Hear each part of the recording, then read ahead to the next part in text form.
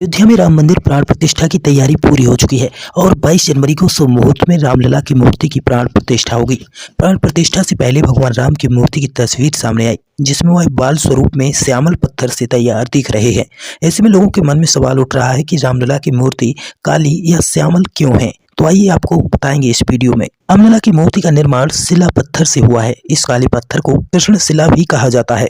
इस वजह से भी रामलला की मूर्ति श्यामल है। जिस पत्थर से रामलला की मूर्ति का निर्माण हुआ है उसमें कई गुण हैं। वह पत्थर कई मायनों में बेहद खास है। रामलला की मूर्ति के निर्माण में इस पत्थर का उपयोग करने के पीछे एक वजह ये भी है कि जब रामलला का दूध से अभिषेक होगा तो दूध के गुण में पत्थर की वजह से कोई बदलाव नहीं होगा। उस दूध का उपभोग करने पर स्वास्थ्य पर कोई गलत असर नहीं पड़ता है। साथ ही 1000 से भी अधिक वर्षों तक यूं ही रह सकता है, यानी कि इसमें कोई बदलाव नहीं होगा।